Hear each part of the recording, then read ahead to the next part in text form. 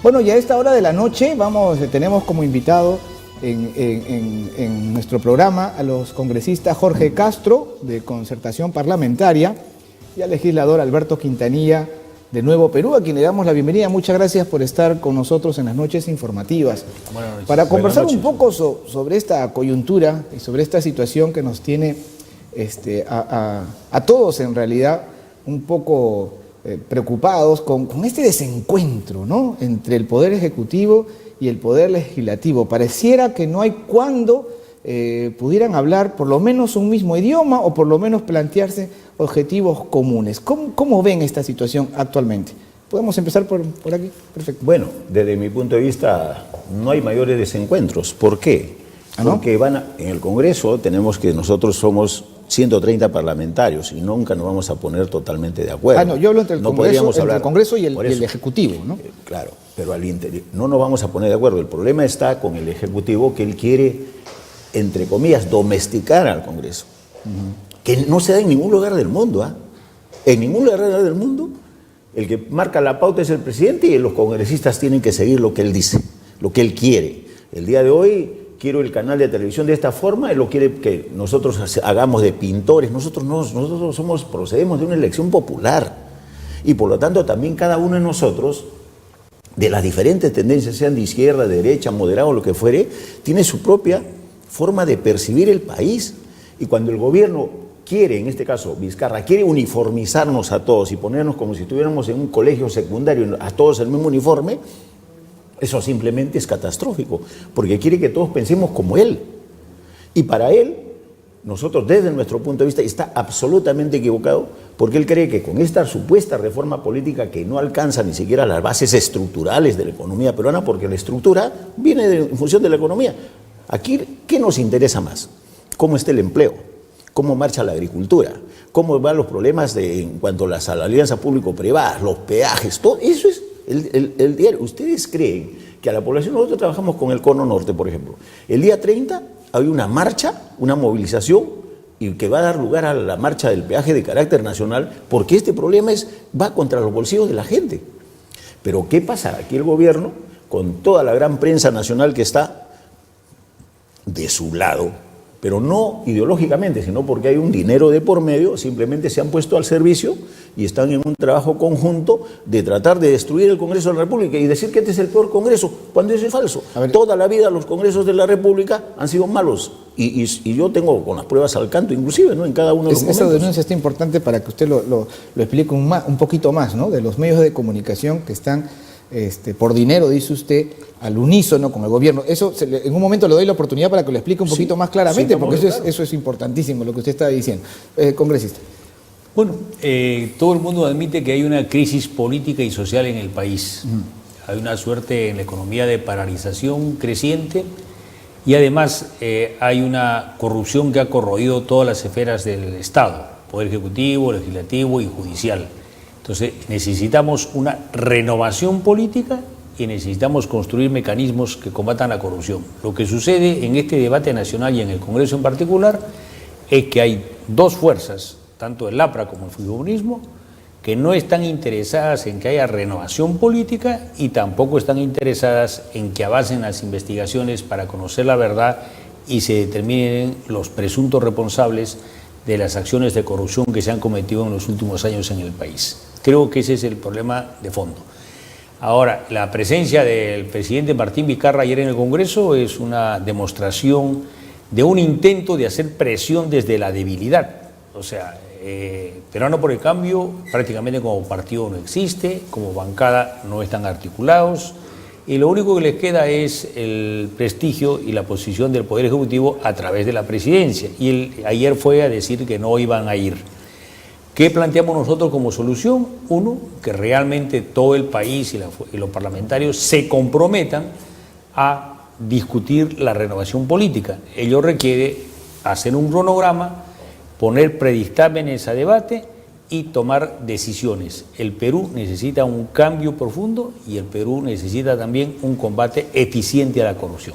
Ahora, ¿le hace bien a la democracia peruana, tan débil, por cierto, a la institucionalidad, al equilibrio de poderes, que es el fundamento de la democracia, estos dimis y diretes, ¿no? Porque no sé si nos damos cuenta, pero cada día hay una respuesta de uno o del otro lado, o algún representante parlamentario o el mismo presidente, que yo no sé en realidad. Yo sé que los periodistas van y preguntan, pero el presidente tiene la opción de decir esto respondo y esto no. Y deberíamos quizás aprender un poco de otros países que tienen voceros, ¿no? El vocero de la Casa de la Moneda, el vocero de la Casa Blanca, porque el presidente tiene que responder a todo, y ya el presidente respondió al proyecto de ley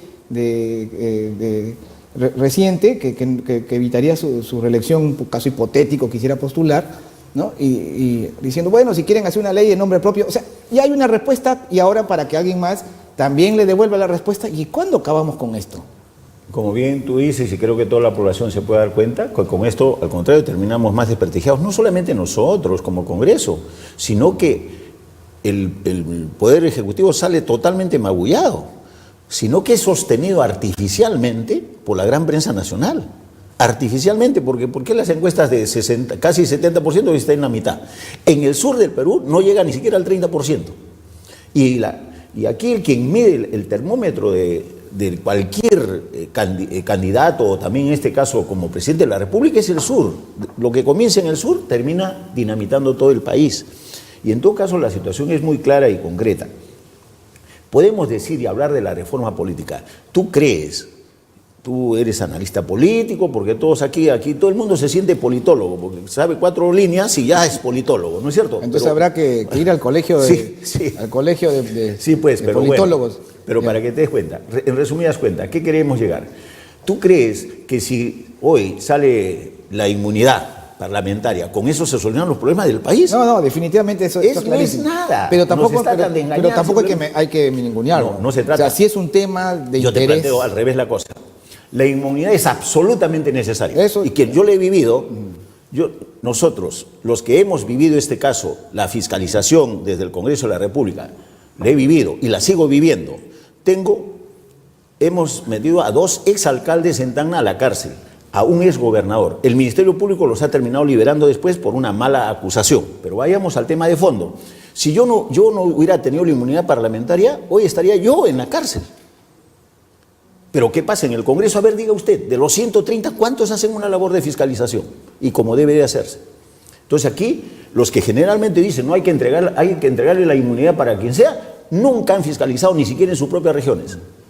Es la verdad del tema. Mira, tenemos problemas en Arequipa, en Puno, en Tacna, en Piura. A ver, ¿han fiscalizado siquiera ellos mismos? ¿Han fiscalizado en Piura, por ejemplo, en la reconstrucción?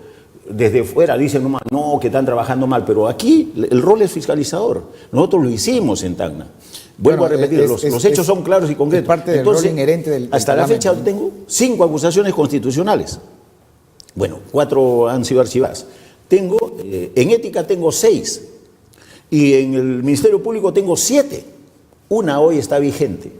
También se han archivado los otros procesos. Si no hubiera tenido esa prerrogativa, estoy seguro que ya me hubieran metido a la cárcel, porque también hay un contubernio entre el Ministerio Público, el propio Poder Judicial y toda esa maraña pues, de los alcaldes que tienen muchos privilegios, etcétera, etcétera. ¿Qué piensa Nuevo Perú respecto a la inmunidad parlamentaria? Mira, nosotros creemos que la inmunidad parlamentaria debe estar vigente, debe fortalecerse, pero en el caso de la comisión de delitos penales, delitos comunes, eso debe estar en manos de una decisión de la Corte Suprema, como un mecanismo de mutua fiscalización y contrapesos para evitar la corrupción y el abuso del poder.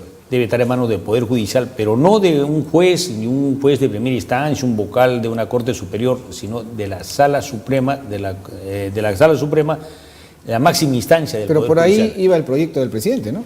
Iba en ese sentido. Nosotros presentamos un proyecto en el mismo sentido el 2016, porque creemos que en el Perú tenemos una constitución en la cual los sistemas de control y el Poder Judicial están bastante disminuidos, y para que realmente funcionen los mecanismos de la democracia para combatir la corrupción y el abuso del poder, necesitamos poderes mutuamente fiscalizados, equivalentes en jerarquía y que realmente uno al otro lo controle. Eso no existe. Yo creo que es importante diferenciar, ¿no?, los delitos que se puedan producir por la función que cumple no los delitos, sino las acusaciones a las que podrían ser víctimas los parlamentarios, pero otras son los delitos comunes, ¿no? Qué interesante es tu programa, porque hoy estamos ya coincidiendo, ¿no? Estamos de acuerdo en lo que dice. Nosotros no venimos con con problemas antes de la gestión congresal, sino que la garantía de la inmunidad parlamentaria justamente hoy estamos coincidiendo. Aquí estamos coincidiendo porque yo he escuchado otro tipo de versiones diferentes. No, por ejemplo, el presidente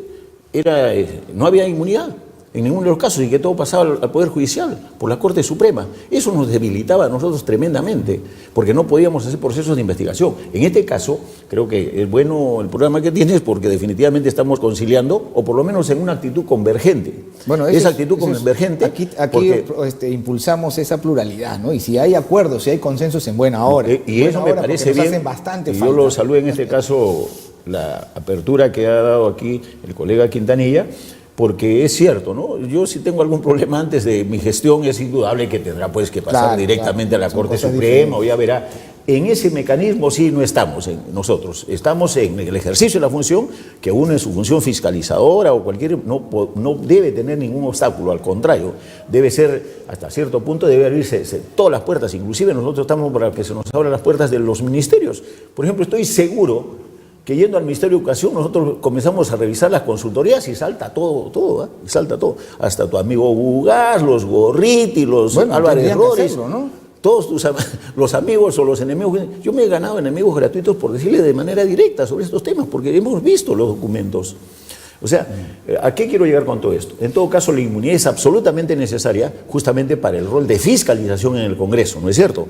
Todo lo anterior, cuando no he sido congresista no puedo hacer ese rol de fiscalización, por supuesto. En todo caso, hoy es absolutamente válido y eso creo que estamos coincidiendo, me parece absolutamente importante. Pero el problema con darle esto a la Corte Suprema es que hay otros funcionarios, Tribunal Constitucional también goza de inmunidad parlamentaria. Entonces, si tuviéramos que equiparar las cosas, también estarían sujetos a que alguien les revise la inmunidad parlamentaria en un caso extremo. Y no puede ser la Corte Suprema que está por debajo de ellos. Entonces yo creo que ahí el proyecto del Ejecutivo tenía que ser revisado sí o sí, ¿no? Bueno, podría revisarse, pero digamos, jerárquicamente la Constitución establece que hay 3 poderes del Estado que tienen igual estatus, igual jerarquía y se fiscalizan mutuamente y establece unos 6, 7 organismos constitucionales que también tienen el mismo rango en sus materias específicas. Entonces el Tribunal Constitucional no resuelve conflictos. El Tribunal Constitucional analiza si hay una transgresión o no a la Constitución, pero no es la encargada de resolver conflictos. La entidad encargada de resolver conflictos es el Poder Judicial. Y en materia de inmunidad parlamentaria, nadie está poniendo en discusión la inmunidad respecto a los votos y a las opiniones políticas y a las gestiones que uno haga como congresista en materia de investigación, en materia legislativa, en materia de representación. Lo que estamos hablando es de la autorización para el enjuiciamiento por la comisión de delitos penales. Los delitos penales deberían ser resueltos para que un congresista sea procesado por la Corte Suprema, o sea, la máxima instancia del Poder Judicial, los máximos vocales a nivel de ese poder del Estado. Estamos hablando de una jerarquía semejante. Ese es el problema. No, yo solamente quiero redondear la figura de lo que nos ha pasado a nosotros, por ejemplo. Los exalcaldes, conjuntamente con los traficantes de terrenos, nos han denunciado por usurpación, etcétera, etcétera. Es un delito penal. O sea, nosotros tenemos que tener esa inmunidad y se ha demostrado, ellos han entrado a la cárcel y tienen todo un andamiaje construido no solamente en términos sociales, políticos, económicos muy sólidos. Sin esa inmunidad, los fiscalizadores, los denunciantes habrían terminado siendo los denunciados. Eso es lo que es importante esclarecer, ¿no? Y una de las cosas que nos preocupamos aquí es que al televidente le lleguen las cosas claras, ¿no? Porque no parece pues muy popular esto de la inmunidad y más aún si se confunde con impunidad, que son dos cosas que deben ser completamente diferentes. En julio debemos tener nueva mesa directiva en el Congreso. ¿Cómo va el ambiente allí? Bueno, nosotros somos partidarios porque la mesa directiva del próximo periodo legislativo no siga o no esté en manos de ni Fuerza Popular ni el APRA, porque ciertamente, digamos, los problemas que han habido en la conducción e incluso problemas de sospechas de malos manejos han sido responsabilidad del fujimorismo con su aliado el APRA en estos 2 momentos. Y en una parte también los 2 primeros años de Alianza para el Progreso y otra fuerza menor que estaba ahí. Nosotros creemos que esto tiene que cambiar, debe haber una lista plural de los sectores que hasta la fecha no han tenido la conducción del Congreso para que realmente haya la renovación. Parte de los mecanismos en una república democrática para combatir la corrupción y el abuso es la alternancia y la renovación, y creemos que debemos ir a un mecanismo de alternancia y renovación en la próxima mesa directiva.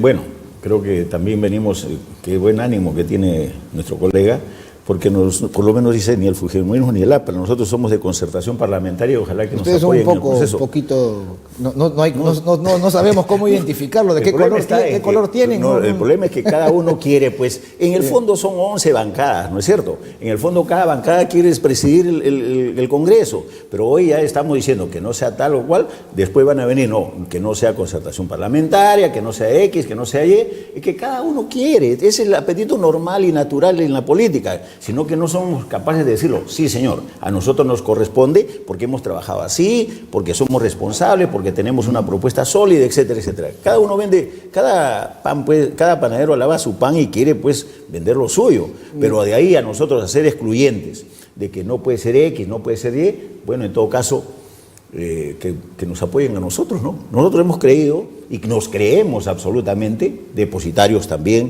del voto de los congresistas y por lo tanto esperamos, ya dado que no nos han excluido, por lo menos ya nos han dicho que no estamos por acá, pero el problema no es eso, el problema es de que también en tu caso tú ya tratas de marcar la cancha hacia un lado o hacia el otro, no, el problema es que ¿qué hacemos con el país? El que tiene la mayoría de votos va a ganar. Pero no podemos estar direccionando que sea tal o cual. Nosotros esperamos tranquilos la votación, son de 130 congresistas. Antes de darle la palabra para seguir el orden y poder concluir de manera equitativa, usted empezó diciendo algo así, corríjame por favor si le interpreté mal, ¿no? Que el gobierno, coaludido, asociado, no sé, con todos los medios de comunicación, bueno, al menos a este medio de comunicación, un solo centavo no llega ni del gobierno ni de nada que parecido, ¿no? Por si acaso, es bueno aclararlo. Pero usted dijo algo así, ¿no? Corríjame si lo interpreté mal, que todos los medios de comunicación coludidos con el gobierno reciben dinero directamente y bueno, pues parece que coordinan y envían ciertos mensajes al unísono. ¿Qué cosa es esa la denuncia que usted está haciendo? Lo que es claro, aquí hay una publicidad estatal que la maneja el Poder Ejecutivo. El Congreso no tiene un solo sol para destinar a los medios de comunicación. Entonces hay una lucha absolutamente desigual. Aparte de ello, el gobierno, el Ejecutivo, tiene 170.000 millones de soles, que es el que maneja. En el Congreso se manejan 500 millones de soles. O sea, es absolutamente la diferencia. Eso no quiere decir que queramos nosotros manejar el presupuesto público, sino que por ahí hay una situación que es lo que convence a muchos, por un lado. Eso es absolutamente evidente. Hay ahora una ley. Es una medida perpicaz a través de la publicidad. Lógicamente. Y se ha aprobado la ley de publicidad. ¿Estaría de acuerdo entonces con la ley, la llamada ley Mulder, de que no? No, mira, yo no estaba de acuerdo en ese aspecto totalmente con lo de Mulder, porque la ley de Mulder era no hacer publicidad en nada. Pero yo también parto de la otra teoría, de que si nosotros tenemos un solo Estado, ¿necesitamos que ese Estado haga publicidad? No. Tú haces publicidad porque tienes dos gaseosas, una gaseosa A y la gaseosa B que entran al mercado. El Estado es uno solo. En lo que sí el Estado debería participar en publicidades para campañas de salud, etcétera, de esa naturaleza. Pero aquí tenemos que para mejorar la imagen del ministro de Educación o mejorar la imagen de Vizcarra, destinamos un presupuesto de la Nación. Y eso no me parece absolutamente para poder increíble. Concluir un par de minutos, por favor. Bueno, en materia de publicidad del Estado, nosotros planteamos de que haya, digamos, una especie de reglamento en el cual la publicidad estatal se maneje sin ninguna preferencia y que todos los medios tengan acceso predecible. Que se haga un reglamento que van a acceder a la publicidad estatal en base al rating que tengan, en base al alcance que tengan, a las licencias, al tipo de programa que tengan, de que tal manera que no haya ninguna posibilidad de exclusión ni concentración de la publicidad. La publicidad debe ser manejada en forma transparente, por igual y equitativa. Los medios son necesarios y aquí aprovechamos.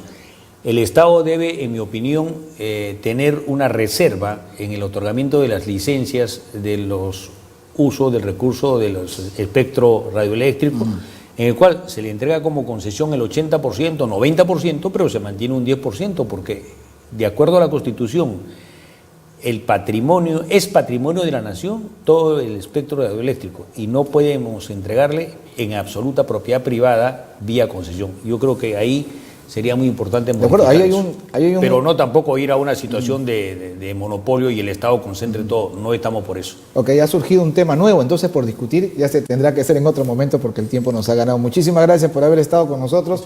Hemos estado conversando con el congresista Jorge Castro de Concertación Parlamentaria y Alberto Quintanilla de Nuevo Perú. Nos hemos pasado unos minutos, así que nos vamos a una pausa, volvemos con mucho más. Estas son las noches informativas.